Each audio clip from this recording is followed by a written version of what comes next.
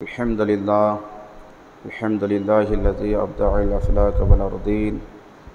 الصلاة والسلام على من كان نبيا وآدم بين الماء والطين وعلى آله وأصحابه أجمعين. أما بعد، فأعوذ بالله من الشيطان الرجيم. بسم الله الرحمن الرحيم. قال الله تبارك وتعالى في القرآن المجيد والفرقان الحميد: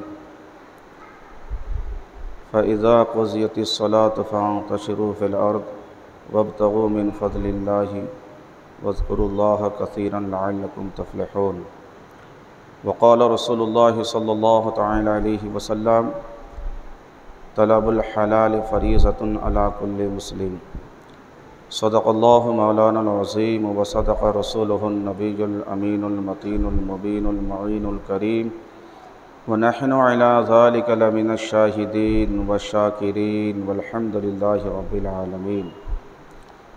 غوث اعظم بمن بے سر و سامہ مدد، قبلہ دی مدد، کعبہ ایماں مدد. بگرداب بلا افتاد کشتی، ضعیفان و شکستہ رات و پشتی. بحق خواجہ عثمان ہارونی، مدد کن یا معین الدین چشتی، مدد کن یا معین الدین چشتی، مدد کن یا معین الدین چشتی. آئیے کچھ عرض و معروض سے قبل ہم اور آپ سے مل کر مدنی تاجدار مکی سرکار، تخلیقی خداوندی کے عظیم شاہکار نائب پروردگار، ہم غریبوں کے غم گسار لامکہ کے مکی، یعنی حضور رحمت للعالمین آقا صلی اللہ تعالی علیہ وسلم کی بارگاہ بے کس پناہ میں ہدیہ درود و سلام عرض کریں. اللہم صلی علی سیدنا شفیعنا مولانا محمد معدن الجود والکرم وآلہ الکرام وابنہ الکریم وبارک وسلم. صلو علیہ صلاۃ وسلام علیک یا رسول اللہ صلی اللہ تعالی علیہ وسلم. سیدی سرکار اعلیٰ حضرت، عظیم البرکت، کنز الکرامت، جبل الاستقامت، آیت من آیات اللہ و معجزات من معجزات النبی، الشاہ امام احمد رضا خان فاضل بریلوی علیہ الرحمت و رضوان کیا ہی خوب ارشاد فرماتے ہیں: واہ کیا جود و کرم ہے شہ بطحہ تیرا، واہ کیا جود و کرم ہے شہ بطحہ تیرا، نہیں سنتا ہی نہیں مانگنے والا تیرا. اور میں تو مالک ہی کہوں گا کہ ہو مالک کے حبیب، یعنی محبوب و محب میں نہیں میرا تیرا. تیری سرکار میں لاتا ہے رضا اس کو شفیع، جو میرا غوث ہے اور لاڈلا بیٹا تیرا. حضرات، خطبہ مسنہ کے بعد میں نے ایک آیت کریمہ کی تلاوت کا شرف حاصل کیا اور ساتھ ہی ساتھ ایک حدیث پاک کی بھی تلاوت کا شرف حاصل کیا. اللہ رب العزت سورہ جمعہ کے اندر ارشاد فرماتا ہے: فَإِذَا قُضِيَتِ الصَّلَاةُ فَانتَشِرُوا فِي الْأَرْضِ وَابْتَغُوا مِنْ فَضْلِ اللَّهِ وَاذْكُرُوا اللَّهَ كَثِيرًا لَعَلَّكُمْ تُفْلِحُونَ. اس آیت کریمہ کا مفہوم اور ترجمہ اردو میں یوں بنتا ہے کہ اللہ فرماتا ہے کہ جب تم نمازیں اپنی مکمل کر لو، نمازیں پڑھ چکو، نمازیں مکمل کر لو، تو فَانتَشِرُوا فِي الْأَرْضِ، زمین میں پھیل جاؤ، وَابْتَغُوا مِنْ فَضْلِ اللَّهِ، اور اللہ کی فضل سے تلاش کرو، وَاذْكُرُوا اللَّهَ كَثِيرًا، اور اللہ کا کثرت کے ساتھ زیادہ سے زیادہ اللہ کا ذکر کرو، لَعَلَّكُمْ تُفْلِحُونَ، تاکہ تم کامیاب ہو جاؤ.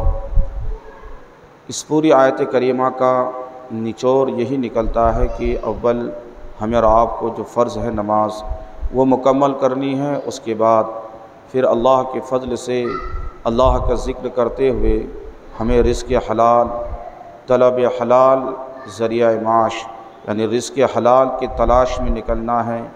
یاد رکھنا، وہ لوگ جو نمازیں مکمل کرنے کے بعد، اپنی نمازیں پوری ادا کرنے کے بعد اللہ کی فضل کے ساتھ اور اللہ کا ذکر کرتے ہوئے ذریعہ معاش کے لیے نکلتا ہے، رزق حلال کی تلاش میں نکلتا ہے، اور رزق حلال تلاش کرتے کرتے اللہ کا ذکر بھی کرتا ہے، اللہ کے فضل و کرم سے وہ بندہ رزق حلال مکمل انداز سے تلاش کرتے کرتے یہاں تک کہ اللہ فرماتا ہے کہ لعلکم تفلحون، جو اس انداز سے ذریعہ معاش رزق حلال کے لیے نکلے گا اللہ اسے کامیابی عطا فرمائے گا۔ تو پتہ یہ چلا کہ ہمیں رزق حلال تلاش کرنا چاہیے۔ حدیث پاک میں سرکار فرماتے ہیں کہ طلب الحلال فریضۃ علی کل مسلم، کہ رزق حلال کی تلاش کرنا، جستجو کرنا ہر مسلمان پر فرض ہے۔ اب آپ قرآن مقدس کی آیت کریمہ کا ترجمہ اور حدیث پاک کا ترجمہ سے سمجھ گئے ہوں گے کہ آج کے اس جمعے کی خطاب میں آپ حضرات کو کیا بتانے والا ہوں۔ آج میری تقریر کا عنوان اور موضوع رہے گا رزق حلال کی برکتیں اور اس کی اہمیت۔ رزق حلال، آج معاشرے میں نظر ڈالیں آپ، ہم میں کتنے ایسے لوگ ہیں کہ جو صاحب اس فکر میں مبتلا ہیں کہ دنیا میں آئے ہیں تو ہمیں پیسہ کمانا ہے، اچھی بلڈنگ تیار کرنی ہے، سواری کے لیے مہنگی سے مہنگی گاڑی، اور میرا نام ہو، میری شہرت ہو، دنیا والے مجھے امیر، سیٹھ اور صاحب، دنیا کی جو خطابات ہے اس سے مجھے پکارے۔ یہی ہم نے اصل زندگی سمجھا ہے۔ یاد رکھیں یہ اصل زندگی نہیں ہے۔ اصل زندگی تو یہ ہے کہ دنیا میں آنے کے بعد ہم اللہ کی عبادتیں کریں، فرائض کو ادا کریں، نمازیں پڑھیں، ایمان کو سلامتی کے ساتھ رکھیں، صحت عقیدت کے ساتھ زندگی بسر کریں، ذریعہ معاش ہم حلال طریقے سے رزق کمائیں، خود بھی کھائیں، بال بچوں کو بھی کھلائیں، اور جو اپنے عزیز و اقارب یا اپنے ماں باپ یا جن کا رزق ہمارے ذمے ہیں ان کو ہم رزق حلال سے کھلائیں۔ پھر آپ حلال طریقے سے تجارت کریں، بزنس کریں، انشاءاللہ العزیز اس میں بڑی برکتیں رہتی ہے۔ اس انداز سے جب ہم زندگی اس دنیا میں گزاریں گے تبھی ہماری زندگی ایک کامیاب زندگی ہوگی۔ اور اس انداز سے جنہوں نے زندگی بسر کی ہے اللہ کے فضل و کرم سے وہ انسان اس دنیا میں بھی کامیاب رہا ہے، آخرت میں بھی کامیاب رہا ہے۔ یاد رکھنا یہ دنیا فانی ہے، یہاں کی دولت، یہاں کی بلڈنگ، یہاں کی ثروت، یہاں کی شہرت، یہ سب کے سب فانی ہے، سب مٹنے والی ہے۔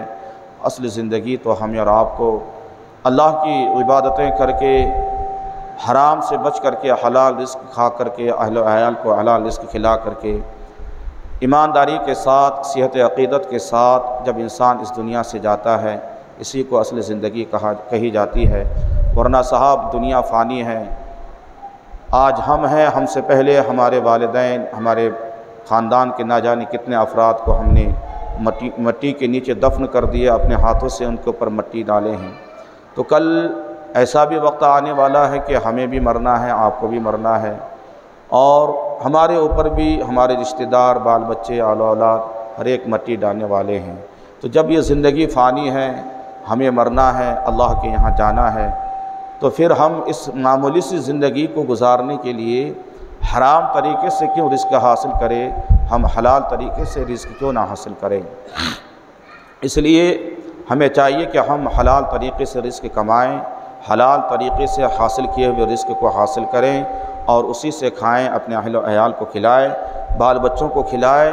ورنہ یاد رکھنا جہاں حرام کا رزق آتا ہے، آپ نے سنا ہوگا، بہت مشہور و معروف حدیث پاک ہے، سرکار فرماتے ہیں کہ جو ایک نوالا، ایک لقمہ حرام کا کھا لیتا ہے 40 دن تک اللہ ان کی کسی بھی عبادت کو قبول نہیں فرماتا۔ اندازہ کریں، دعائیں تو دور کی بات ہے، اللہ رب العزت ہماری عبادتوں کو بھی قبول نہیں فرماتا۔ آج کا انسان صرف دولت کے پیچھے بھاگ رہے ہیں، ہمیں دنیا چاہیے، ہمیں دولت چاہیے، نہ ہم حلال اور حرام میں تمیز کر پاتے ہیں، نہ ہمیں فرق کرنا ہے۔ بس ہماری فکر ایک ہی ہے، ہماری سوچ ایک ہی ہے، بس دولت آئے، ایک ہی رات میں ہم کروڑ پتی کیسے بن جائے۔ اس کے لیے دن بھر محنت کرنے والے شام کو صاحب لاٹری کھیلتے، جوا کھیلتے، سٹا کھیلتے، بس خالی ایک ہی فکر ہے کہ بس پیسہ آ جائے۔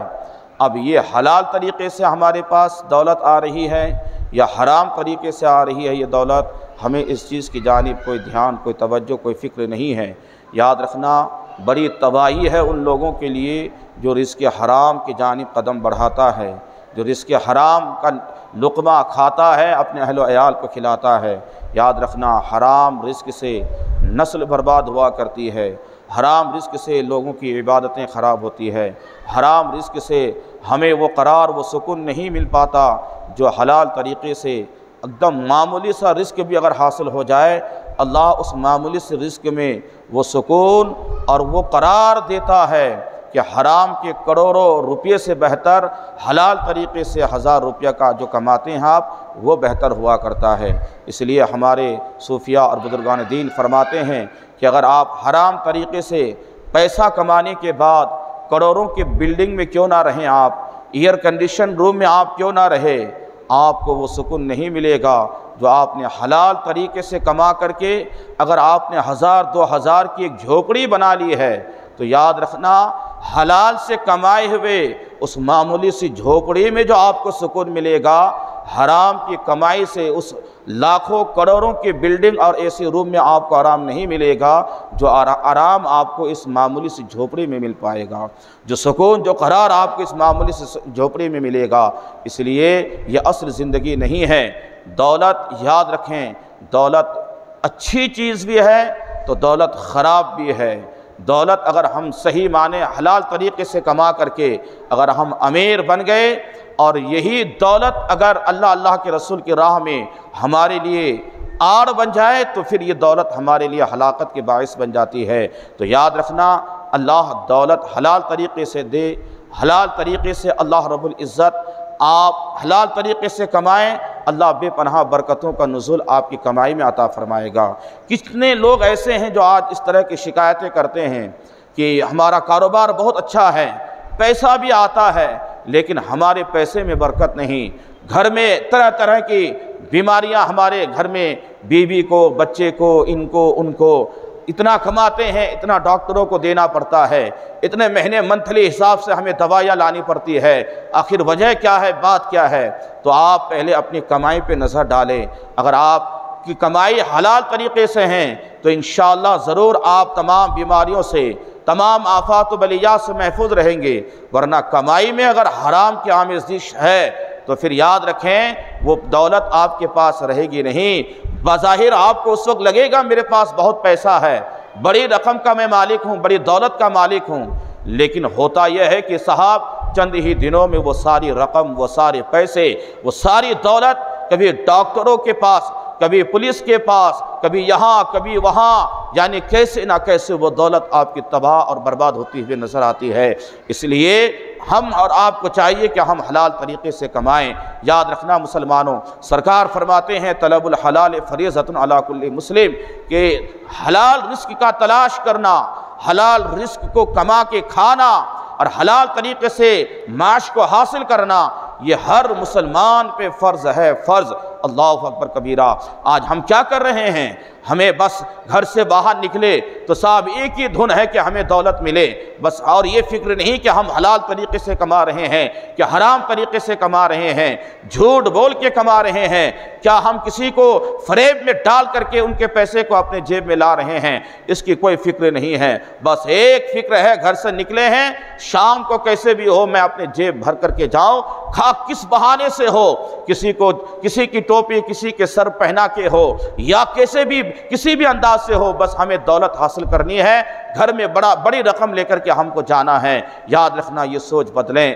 آج ہماری اولادیں نافرمان ہو رہی ہے۔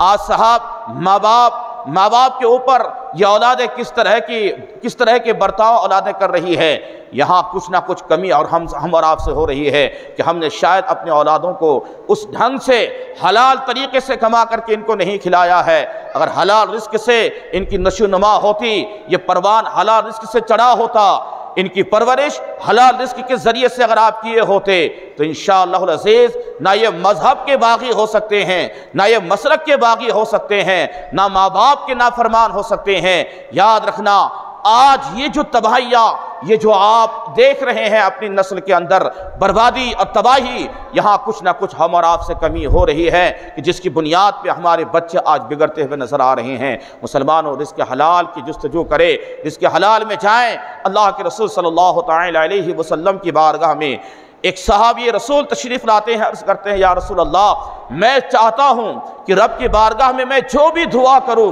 جس طرح کی بھی دعا کروں میری دعا قبول ہو جائے، اس کے لیے کوئی ایک وظیفہ بتا دیں۔ اللہ اکبر کبیرہ۔ آج بھی ہم لوگ چاہتے ہیں کہ میرے کاروبار میں برکت ہو، میری زندگی میں برکت آئے، میرے گھر میں خوشحالی آئے، میں ہمیشہ اچھے انداز سے زندگی بسر کروں۔ صاحب وظیفہ ہم بھی لیتے ہیں، پڑھنے کا، پڑھائی کا، کہ کوئی ورد مل جائے، کوئی وظیفہ مل جائے، یا کوئی ایسی آیت مل جائے کہ صاحب میری زندگی میں سکون حاصل ہو، مجھے میں بیماریوں سے بچا رہوں، میں آفات و بلیات سے محفوظ رہوں، میرے گھر میں خود خوب خیر و برکت رہے۔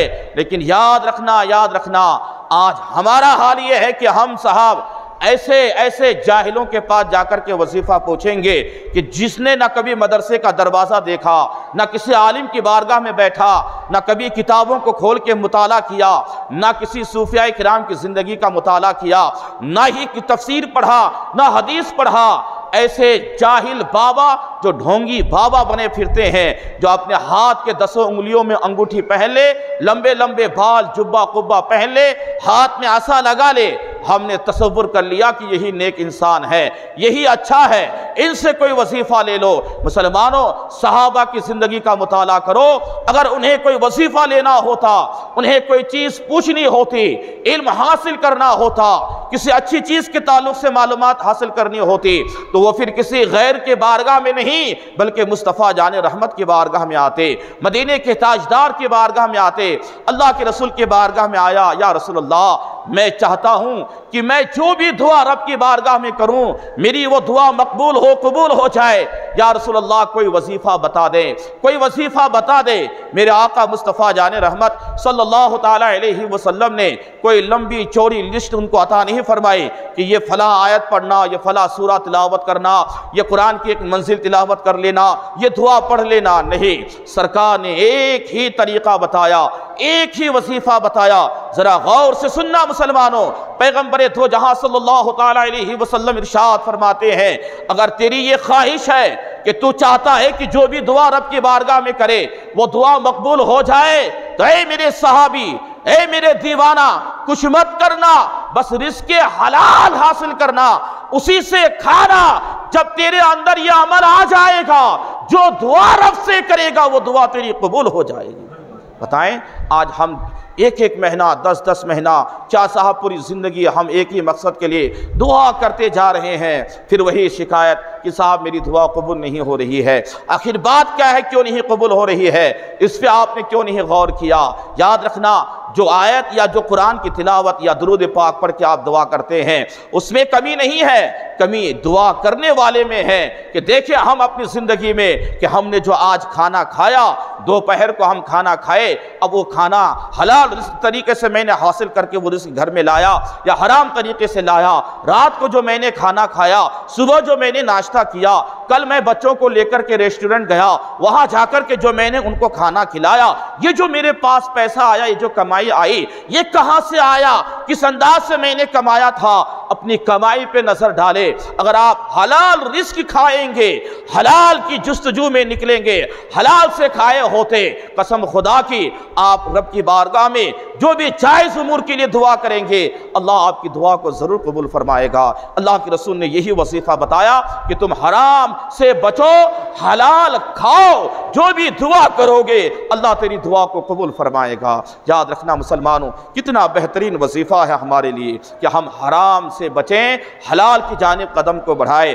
آج شاید وہ باید کوئی انسان ہے جو حرام سے اپنے آپ کو بچائے رکھا ہے، ورنہ کاروبار تجارت کرنے والوں کو دیکھیں، تجارت میں صاحب جھوٹ ہے، دھگا ہے، فریب ہے، مال میں کمی ہے، عیب ہے، پھر بھی دینے والے کے سامنے ہم اتنی تعریف کر کے مال کو پیش کرتے ہیں تاکہ صاحب وہ کیسے بھی ہو پھنس جائے۔ میرے ان الفاظ، میرے ان میٹھے میٹھے الفاظ کو سن کر کے وہ یقین کر لیتا ہے، لینے والا لے لیتا ہے، لیکن تم نے جو جھوٹ بول کے کمایا، معلوم ہے اس رزق کی تباہی کیا ہوتی ہے؟ تو بھی اپنی آخرت اور دنیا دونوں کو تباہ کر رہا ہے، اس سے اپنے اولاد کو کھلائے گا، ان کی بھی زندگی میں نقصان اور خرابی آتی ہے۔ اس لیے ہمیں چاہیے کہ ہم تھوڑا کمائیں، تھوڑا کھائیں۔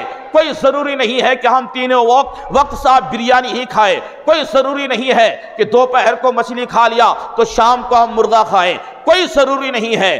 دال چاول سے بھی پیٹ بھر سکتے ہیں، سوکھی روٹیاں کھا کر کے بھی آپ اپنی زندگی کو بسر کر سکتے ہیں، لیکن ضروری ہے کہ آپ رزق حلال سے کھائیں، حرام سے اپنے آپ کو بچائیں، ورنہ آپ کی عبادتیں رائگاں جائیں گی، آپ کی کوئی دعا قبول نہیں ہوں گی، آنے والی نسلیں آپ کی تباہ و برباد ہو جائیں گی۔ اس لیے ضروری ہے کہ ہم حلال رزق سے کھائیں، حرام سے اپنے آپ کو بچائیں۔ اللہ اکبر کبیرہ، بے شمار حدیث پاک میں اللہ کے رسول صلی اللہ تعالی علیہ وسلم نے ان لوگوں کے تعلق سے جو حرام سے بچتے ہیں اور حلال طریقے سے کما کر کے خود کھاتے ہیں، بال بچوں کو کھلاتے ہیں، ان کی فضیلت کے تعلق سے بے شمار احادیث کریمہ میں اللہ کے رسول نے ان کے تعلق سے فرمائے ہیں اور ان کو بشارتیں بھی عطا فرمائے ہیں۔ ایک حدیث پاک میں اللہ کے رسول ارشاد فرماتے ہیں، اس حدیث کا مفہوم یہ ہے، سرکار فرماتے ہیں جو دن بھر رزق حلال کی تلاش میں رہا اور تھکا ماندہ واپس جب گھر آتا ہے، رات کو تمام عبادتوں سے فارغ ہونے کے بعد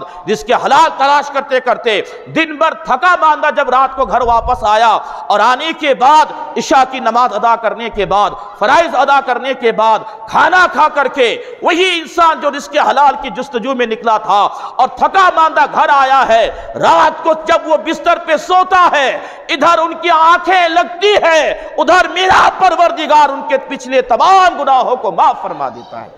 اندازہ کرے یہ رزق حلال حاصل کرنے کی برکتیں ہیں۔ ہم صاحب آج تو حال یہ ہے کہ ہم اگر دن بھر میں 1,00,000-2,00,000 بھی کما کے گھر لے کے آئے تو رات کو نیند تو دور کی بات ہے، کروٹیں بدلتے رہتے ہیں، ہمیں نیند نہیں آتی، ہمیں سکون نہیں ملتا۔ روم میں اے سی لگی ہوئی ہے، بہترین گدا بچھا دیے ہیں، کوئی چلاہٹ نہیں، کوئی شور و گل نہیں، لیکن اتنے اچھے روم میں بھی ہمیں نیند نہیں آ رہی ہے، ہمیں سکون نہیں ملتا ہے۔ اکثر لوگ شکایت کرتے ہیں، کیا پتہ نہیں، رات کو جب بستر پہ جاتا ہوں تو مجھے نیند ہی نہیں آتی ہے۔ پوچھو ان غریبوں سے جو دن بھر دھوپ میں محنت کرتے ہیں، پوچھو ان غریبوں سے جو مزدوری کر کے دن گزارتے ہیں، ان سے پوچھو کہ ان کو نیند آتی ہے کہ نہیں آتی ہے۔ قسم خدا کی وہ آپ کو جواب دے گا کہ بستر میں جانے کی دیر ہوتی ہے، ابھی بستر میں جاتا ہوں، کب نیند آ جاتی ہے مجھے پتہ نہیں چلتا۔ لیکن یہی پہ پلٹ کے ذرا امیروں سے پوچھے جو دولت کے نشے میں چور ہیں، جو حلال اور حرام میں تمیز نہیں کرتے ہیں، فراوانی ہے دولت کی، کثرت ہے دولت کی، بے شمار دولتیں ہیں، دروازے پہ لاکھوں کی گاڑی کھڑی ہے، دروازے پہ دربان کھڑا ہے، چوکیدار کھڑا ہے، روم میں اے سی لگی ہوئی ہے، بہترین بستر ہے، بہترین گدا ہے، رات بھر بے چینی کے عالم میں کروٹیں بدل رہا ہے، نیند کے لیے نیند کی گولیاں کھا رہے ہیں، پھر بھی نیند نہیں آتی ہے۔ ذرا ان کو پلٹ کے پوچھئے جناب آپ نے جو کھایا ہے نا رزق، ذرا اس پہ نظر ڈالے، اگر محنت و مشقت کر کے، بڑی ہی جستجو کے ساتھ محنت و مشقت کر کے رزق حلال سے اگر تو کھایا ہوتا تو یقیناً اس رزق کے ذریعے سے اللہ تجھے سکون بھی عطا فرماتا اور سکون کی رات بھر تجھے نیند بھی عطا فرماتا۔ ہمیں غور کرنا چاہیے کہ آج ہمارا قدم کدھر جا رہا ہے، آج ہم کس انداز سے کما رہے ہیں، آج ہم کس رزق سے کھا رہے ہیں۔ حلال اور حرام میں تمیز کرنا نہایت ہی ہمارے اور آپ کے لیے ضروری ہے۔ یہی وجہ ہے آج سے 100-200 سال پہلے کی زمانے اور دور کی آپ مطالعہ کریں تو آپ کو پتہ چلے گا، آج کوئی نہ کوئی یہ سوچتا ہوگا کہ یار سرکار غریب نواز اتنے بڑے ولی کامل بن کے چمکے، آخر آج غریب نواز دوسرا کوئی غریب نواز کیوں نہیں پیدا ہو رہا ہے؟ اور غریب نواز تو چھوڑو، ارے ان کا ثانی یا کوئی غلام سچا غلام غریب نواز پیدا ہوتا ہوا نظر نہیں آ رہا ہے۔ آج سوچیں آپ، کوئی ہم میں نظام الدین اولیاء جیسا کیوں نہیں پیدا ہو رہا ہے؟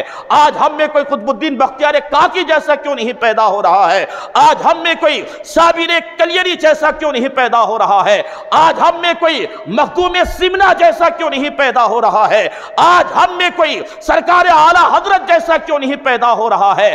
آج ہم میں کوئی سرکار مفتی اعظم عالم جیسا کیوں نہیں پیدا ہو رہا ہے؟ تو غور کریں، یاد رکھنا، اگر آپ یہ سوچیں کہ نماز تو جب بھی تھی، نماز آج بھی ہے، مدرسے جب بھی تھے، مدرسے آج بھی ہے، مسجدیں جب بھی تھی، مسجدیں آج بھی ہے، تو میں آپ کو ایک جملہ اور دے دوں، اس وقت سرکار غریب نواز کے دور میں جتنی مسجدیں تھیں اس سے کہیں زیادہ مسجدیں اس دور میں ہمیں نظر آ رہی ہے، اس وقت جتنے مدرسے تھے اس سے کہیں زیادہ مدرسے آج بھی ہے، پھر ہم میں ایسا کیوں کوئی نہیں پیدا ہو رہے ہیں؟ تو میرا ذہن اس جانب جاتا ہے کہ اس کی وجہ یہ ہے کہ یہ نیک لوگ، اللہ والے کثرت مسجد یا کثرت مدرسے کی وجہ سے پیدا نہیں ہوتے، یہ رزق حلال کی وجہ سے پیدا ہوتے ہیں۔ جن کے یہاں رزق حلال کا ماحول ہے، آنے والے بچے وہ صحیح پیدا ہوتے ہیں، وہ اللہ کی نیک بنا کرتے ہیں۔ کیا آپ نے تاریخ کا مطالعہ نہیں کیا؟ سرکار غوث اعظم رضی اللہ تعالیٰ عنہ کی زندگی پاک کا مطالعہ کرے،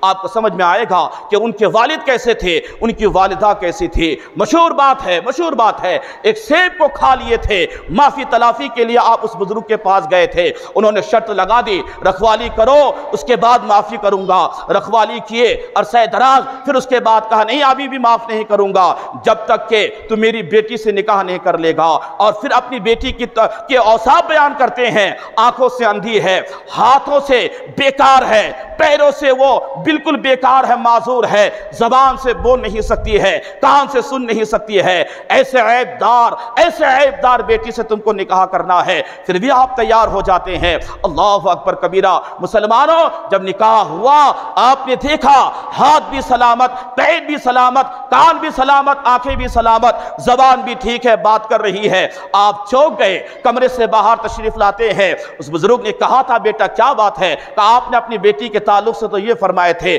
وہ تو صحیح سالم ہے، بات کیا ہے؟ تب انہوں نے کہا تھا بیٹا تم کو نہیں معلوم، میں نے جو کہا تھا کہ وہ زبان سے گونگی ہے، اس کا مطلب یہ ہے کہ میری بیٹی آج تک اپنی زبان سے کوئی غلط لفظ نہیں بولی ہے، شریعت کے خلاف نہیں بولی ہے، کان سے کبھی شریعت کے خلاف کوئی آواز نہیں سنی ہے، آنکھوں سے کسی گندی چیز کو نہیں دیکھی ہے، حرام چیز کی جانب دیکھی نہیں ہے، ان پیروں سے کسی حرام جگہ کے جانب نہیں چلی ہے، یعنی تمام گناہوں سے پاک ہے، رزق حلال کھانے والے۔ یاد رکھنا مسلمانوں، جب ان دونوں کا ملاپ ہوتا ہے، جب ملن ہوتا ہے تو یاد رکھنا اب ان دونوں کے ملنے کی وجہ سے جو شہزادہ اس دنیا میں تشریف لاتے ہیں وہ کوئی اور نہیں، تمام ولیوں کے سردار غوث اعظم تیار ہوتے ہیں۔ ہمیں ضرورت ہے کہ ہم رزق حلال کھائیں، حرام سے اپنے آپ کو بچائیں، ورنہ ہماری نسلیں تباہ ہو جائیں گی، ہماری آنے والی اولادیں برباد ہو جائیں گی، ہماری دنیا بھی خراب ہوگی، ہماری آخرت بھی خراب ہو جائے گی۔ پیارے آقا علیہ الصلوۃ والتسلیم نے حدیث پاک میں ارشاد فرمایا ہے رزق حلال تلاش کرو، رزق حلال تلاش کرو۔ اور سرکار نے فرمایا ہے وہ لوگ جو دنیا میں رزق حلال تلاش کرتے ہیں اور رزق حلال سے کھاتے ہیں، اللہ اکبر کبیرہ، کیا پتے کی بات، کتنی اونچی بات سرکار نے فرمائے ہیں ان لوگوں کے تعلق سے جو رزق حلال تلاش کر کے اور رزق حلال حاصل کرتے ہیں، محنت کر کے، مشقت کر کے، اور اسی سے کھاتے ہیں، اپنے بال بچوں کو کھلاتے ہیں، ان لوگوں کے تعلق سے میرے آقا نے فرمایا قیامت کے دن وہ لوگ قیامت کے دن انبیاء کرام کے ساتھ ہوں گے۔ اللہ اکبر کبیرہ، انبیاء کرام کے ساتھ ہوں گے۔ بتائیں اب آپ یہ کتنا بڑا عظیم مرتبہ ہے، خالی نماز، روزہ، حج و زکوٰۃ دین نہیں ہے، بلکہ ہمیں چاہیے کہ ہم ان معاملات کو بھی ذرا نظر ڈالیں، ادھر بھی دیکھیں کہ ہم کیا کر رہے ہیں، ہم کیا کھا رہے ہیں، کہاں سے ہم نے کس انداز سے رزق حاصل کیا، ہمیں کیا کھانا چاہیے کیا نہیں کھانا چاہیے۔ رزق حرام سے بچیں، رزق حلال کی جانب قدم آگے بڑھائیں۔ اللہ کے رسول صلی اللہ تعالی علیہ وسلم ہے، مسلمانوں پیارے آقا علیہ الصلوۃ والتسلیم کی بارگاہ میں آج دیکھیں ہم میں کتنے ایسے لوگ ہیں کہ جن کے پاس بظاہر کوئی تجارت نہیں، تجارت کے لیے کیونکہ رقم کی ضرورت ہے، لاکھ 2 لاکھ 4 لاکھ کی ضرورت ہے، تب جا کر کے آپ ایک دکان کھول سکتے ہیں، تب جا کر کے دکان میں بیچنے کے لیے کچھ چیزیں لا سکتے ہیں۔ اب ہم میں کتنے ایسے کن ذہن لوگ ہیں جو صاحب اب اس سوچ میں پڑا ہے کہ یار کہاں سے پیسہ لاؤں، کیا کروں۔ اب پھر وہ کیا کرتا ہے کہ چند دن گزرتا نہیں، جب ان کی شادی ہو جاتی ہے تو صاحب اپنی بیوی کو کام پہ بھیجتا ہے، خود گھر میں بیٹھے بیٹھے کھاتا ہے، بہترین جوتا، بہترین موزہ، ایسے ٹپ ٹاپ میں نکلے گا، لگتا ہے کہ کوئی کروڑ پتی کا شہزادہ نکلا ہے، لیکن جب ان کے بیک گراؤنڈ کو دیکھیں تو حال ہمارے معاشرے کا یہ نظر آ رہا ہے کہ ہماری ماں بہنیں محنت کر رہی ہے، لیکن یہ صاحب دن بھر ادھر سے ادھر چکر مار کے دن خراب کرتا ہے، شام کو گھر میں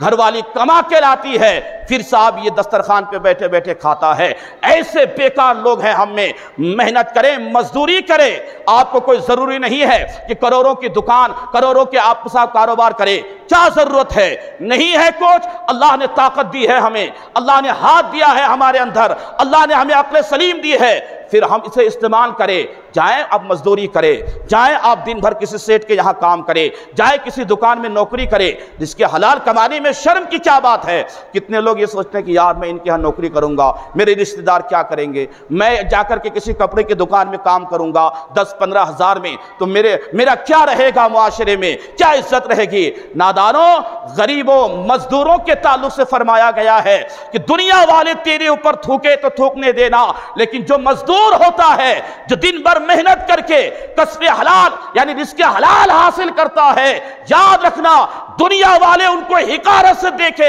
تو دیکھنے دینا، لیکن مصطفیٰ کی نگاہ میں ان کی عظمت کیا ہے وہ سنے۔ اللہ کے رسول کی بارگاہ میں ایک شخص آیا، حضرت جابر بن عبداللہ اس حدیث کے راوی ہے، وہ فرماتے ہیں سرکار کی بارگاہ میں ایک مزدور آیا، آنے کے بعد انہوں نے سلام عرض کیا، پیارے آقا علیہ الصلوۃ والتسلیم جواب عطا فرمائے، انہوں نے مسافے کے لیے ہاتھ بڑھایا، اللہ کے رسول اپنے مقدس ہاتھوں میں اس مزدور کے ہاتھ کو لینے کے بعد اب مسافہ کیے۔ مسافے کے بعد کیا ہوتا ہے؟ دونوں لوگ جو مسافہ کرنے والے ہوتے ہیں اپنے ہاتھوں کو دور کر لیتے ہیں، صحابہ بیٹھے ہیں، وہ مزدور آیا، سلام کیا، مسافہ کر رہے ہیں۔ اب مسافہ کرنے کے بعد مزدور اپنا ہاتھ اللہ کے رسول کے مقدس ہاتھوں سے دور کرنا چاہ رہے ہیں، لیکن میرے آقا علیہ الصلوۃ والتسلیم اس مزدور کے ہاتھ کو مضبوطی کے ساتھ پکڑے ہوئے ہیں، نہیں چھوڑ رہے ہیں۔ صحابہ جو بیٹھے ہوئے تھے انہوں نے ایک کیا دیکھا کہ اللہ کے رسول ہاتھ چھوڑ نہیں رہے ہیں، اور یہ چاہتا ہے کہ میں ہاتھ جلدی سے نکالوں کہیں بے ادبی نہ ہو جائے، یہ اللہ کے رسول ہیں، یہ امام الانبیاء ہیں، میں کیوں پکڑ کے رہوں؟ مسافہ ہو گیا، جو کرنا تھا وہ کر لیا، لیکن میرے آقا ہاتھ نہیں چھوڑ رہے ہیں۔ صحابہ حیران ہیں، بیٹھے ہیں سارے صحابہ، مجمع صحابہ میں یہ ہو رہا ہے۔ انہوں نے پلٹ کے دیکھا کہ آخر کیا بات ہے، اللہ کے رسول کیوں نہیں چھوڑ رہے ہیں؟ اتنے میں میرے آقا علیہ الصلوۃ والتسلیم ان کی کلائی کو پکڑتے ہیں، ہاتھ کو یوں کرتے ہیں، ہتھیلی کو اندرونی ہتھیلی کو ظاہر کرتے ہیں، تو پیغمبر اسلام نے کیا دیکھا کہ مزدور کے ہاتھ میں 2 چھالے پڑے ہوئے ہیں۔ اللہ کے رسول نے فرمایا یہ کیا ہے؟ حالانکہ آپ عالم غیب ہیں، آپ جانتے ہیں کہ کیا ہے، کیوں ہوا ہے، لیکن جو بیٹھے ہوئے صحابہ تھے ان کو ایک درس دینا تھا، ہم امتوں کو ایک سبق بتانا تھا۔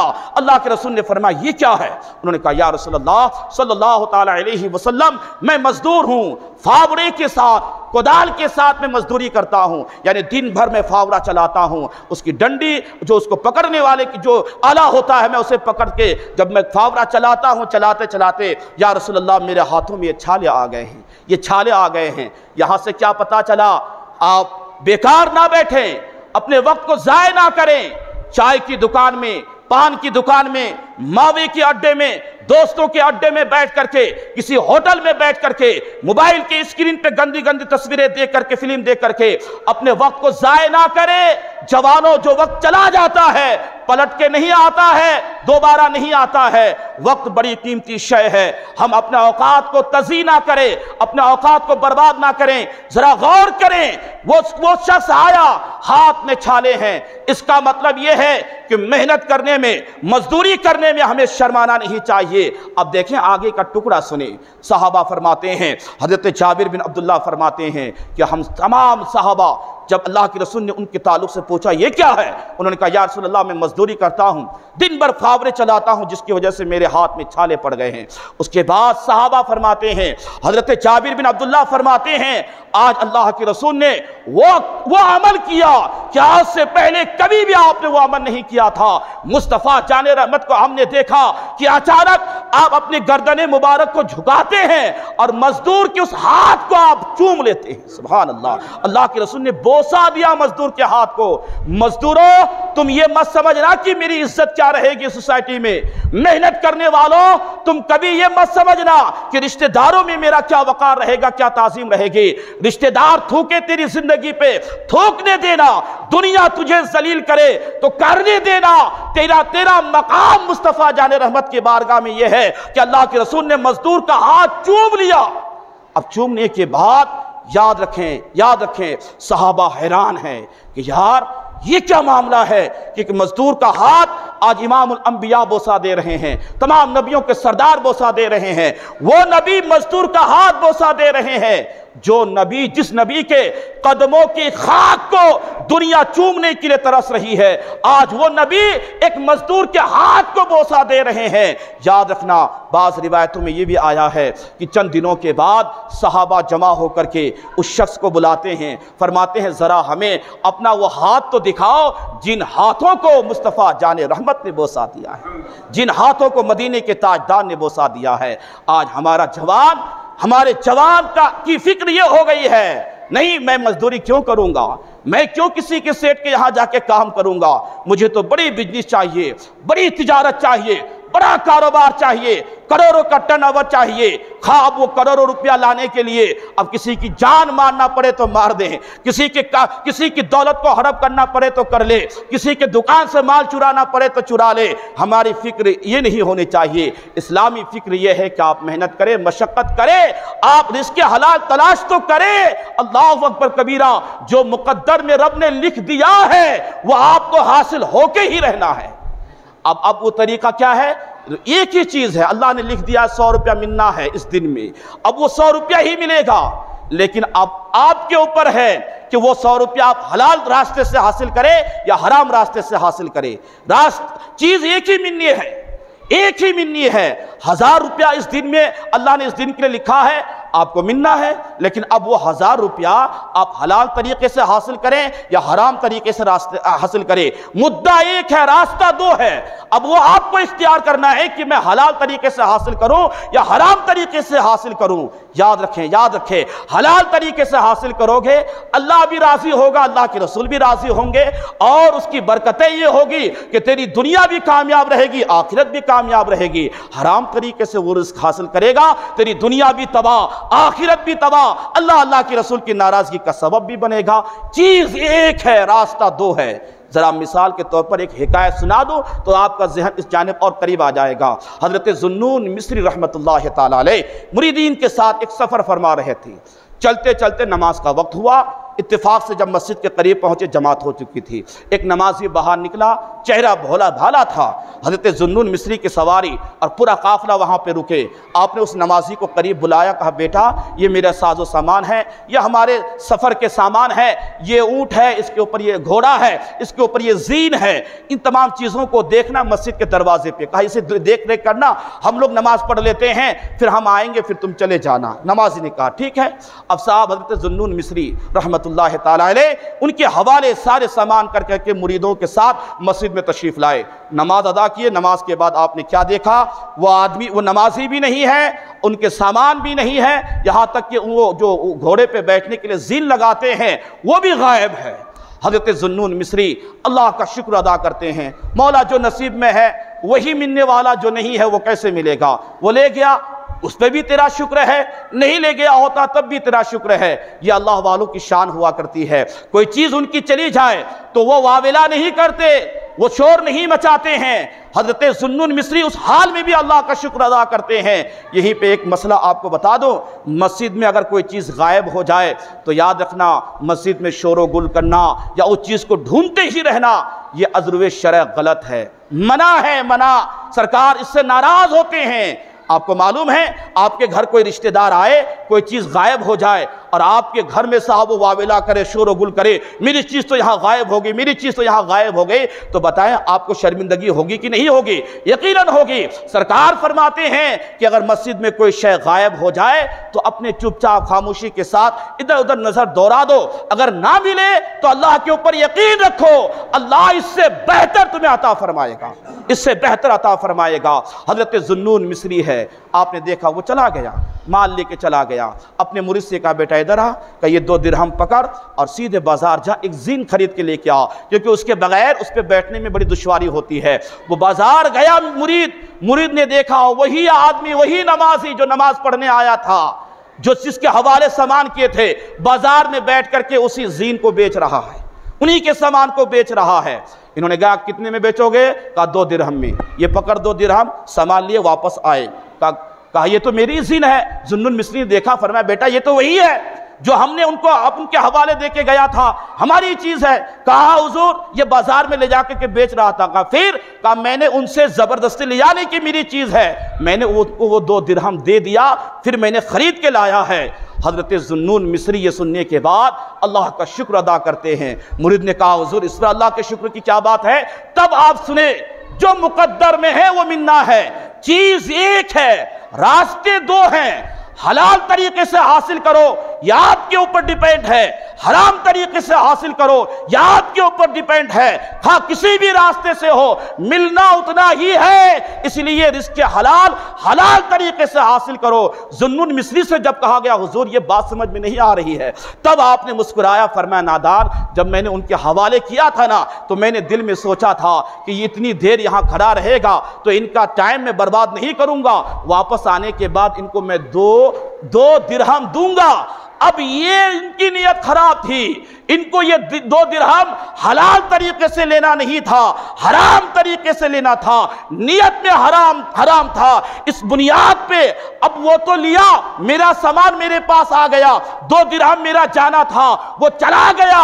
یہ لینے والے کے اوپر ڈیپینڈ ہے, ملنا اتنا ہی ہے جتنا مقدر میں ہے. اب یہ لینے والے کے اوپر ڈیپینڈ کرتا ہے وہ حلال طریقے سے لے یا حرام طریقے سے لے. اندازہ کرے ہمیں اتنا ہی ملنا ہے. اس لیے جوانوں اپنا وقت برباد مت کرنا, ہمیں اتنا ہی ملنا ہے جو مقدر میں ہے. محنت کرو, مشقت کرو. اللہ جب رزق حلال بندہ تلاش کرتا ہے فرائض کی ادائیگی کے ساتھ ساتھ نمازیں مکمل کرنے کے بعد جب رزق حلال کی جستجو میں نکلتا ہے, یاد رکھنا ہر قدم پہ اللہ ان کو نیکی عطا فرماتا ہے, ہر قدم پہ نیکی عطا فرماتا ہے. نیت پہ ڈیپینڈ ہے, جو مقدر میں ہے اتنا ہی ملنا ہے. رزق حلال کی برکتیں تو دیکھیں, اللہ اکبر کبیرہ.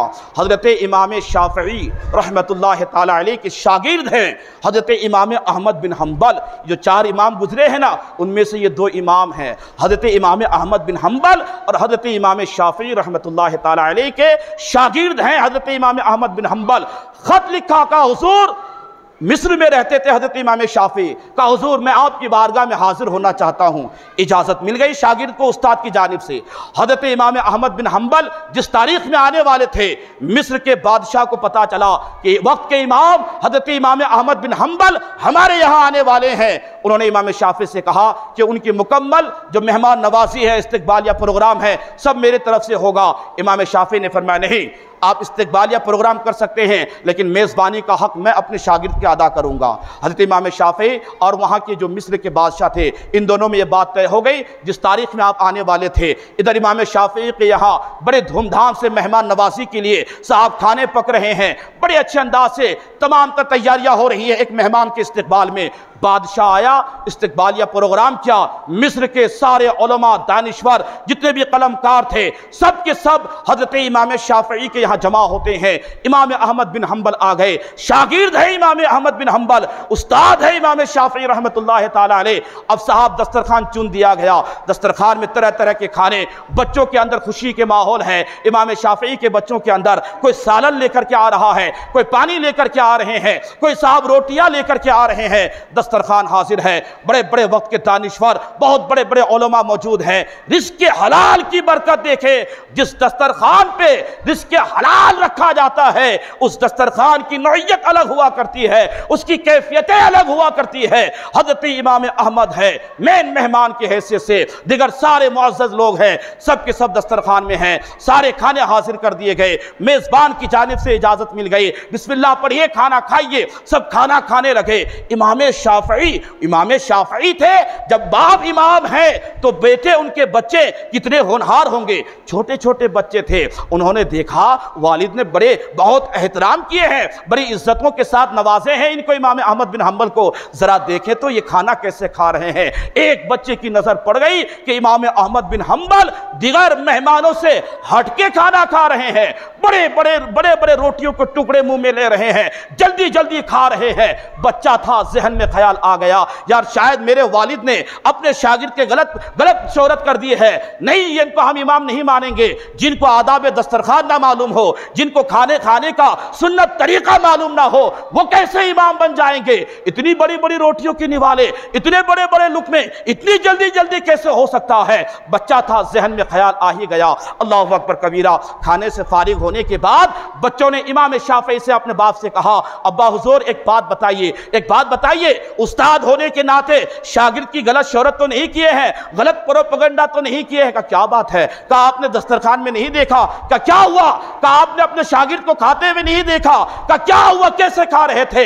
کہا پھر آپ نے کیا دیکھا؟ ان کے کھانے کا انداز الگ تھا، روٹی کے بڑے بڑے نوالے، جلدی کھا رہے تھے، ایسا لگتا ہے نہ جانے کتنے دن سے بھوکے ہوں گے، کھانا نہ ملا ہو، اس انداز سے کھا رہے تھے۔ امام شافعی دیکھیں، ایک میزبان اور مہمان میں بڑے تکلفات ہوئے کرتے ہیں، اب کیسے پوچھے میزبان مہمان سے کہ آپ صاحب کیوں جلدی کھا رہے تھے؟